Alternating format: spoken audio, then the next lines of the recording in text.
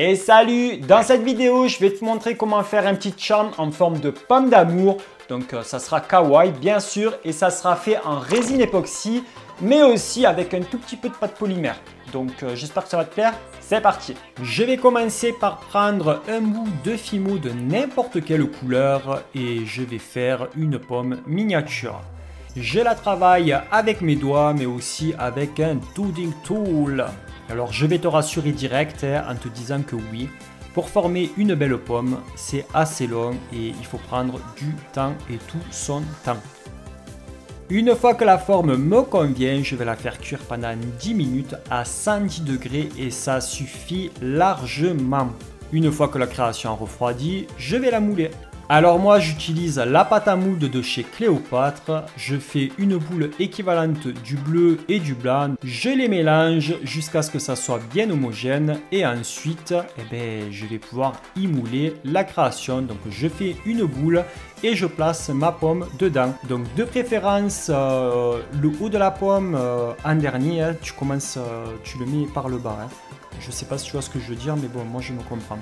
J'attends 10 minutes que ça durcisse et 10 minutes plus tard, je peux démouler la création. Donc j'y vais doucement pour pas abîmer le moule.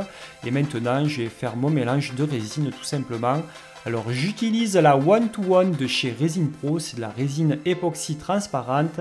Et je vais faire un mélange équivalent du pot A et du pot B. Donc grosso modo, je mets exactement la même quantité du A et du B et je remue. Pour colorer ma résine, moi j'ai décidé de la colorer avec du pastel sec, donc j'ai utilisé du rouge assez vif et j'en mets pas beaucoup parce que je veux qu'il y ait un effet de transparence. Je mélange jusqu'à ce que le mélange soit totalement homogène et une fois que le mélange me convient, je le mets dans le moule.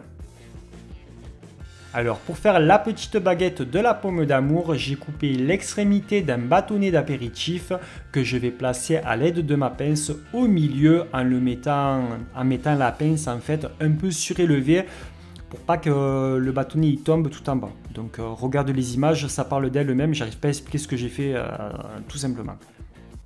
Je laisse reposer pendant 24 heures et 24 heures plus tard, je peux démouler. Donc j'y vais doucement pour pas abîmer tout ce que j'ai fait et le moule. Et une fois que le démoulage est fait, comme tu vois, c'est assez terne, hein, mais en re-résinant un petit coup, ça sera assez vif et ça sera plus joli. Donc vu que je vais faire une pomme d'amour kawaii, je vais faire le visage. Donc pour le visage, j'ai voulu faire des petits yeux de couleur noire avec un mini boudin pour faire une bouche arrondie. Et j'ai voulu rajouter des petites pommettes avec de la fimo couleur chair.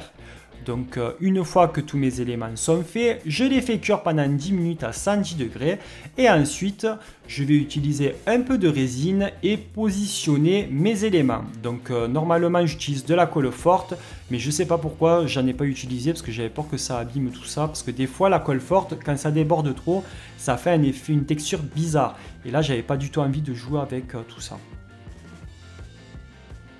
Maintenant que j'ai posé mes éléments, je vais résiner l'intégrale de la création.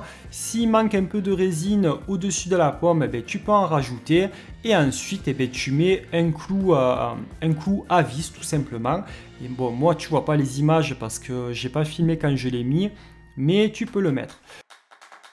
Pour faire assez fantasy, j'ai utilisé des paillettes argentées pour faire le sucre en dessous de la pomme qui est le dessus de la pomme. Donc je verse un peu de paillettes sur mon plan de travail et je positionne ma pomme. Alors je fais bien tremper et je laisse reposer pendant 24 heures jusqu'à ce que ça sèche.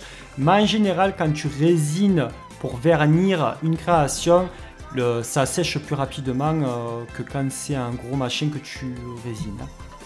Merci d'avoir regardé cette vidéo jusqu'à la fin, j'espère qu'elle t'aura plu. En tout cas, c'est vrai que ça faisait longtemps que je n'avais pas fait de création en résine époxy et puis c'est plutôt cool. Hein. Donc dis-moi dans les commentaires ce que tu as pensé de la création. Tu peux aussi me mettre un gros pouce en l'air pour me soutenir parce que ça me montre que tu aimes la vidéo et ça me motive à faire un peu plus de vidéos et puis aussi de me décarcasser à trouver de nouvelles idées originales. Sinon, si tu n'es toujours pas abonné, je t'invite à t'abonner en cliquant juste ici. Et sinon aussi, tu peux regarder une autre de mes vidéos juste en bas en cliquant sur les vignettes. Et moi, je te dis à très vite dans une nouvelle vidéo. Bye bye.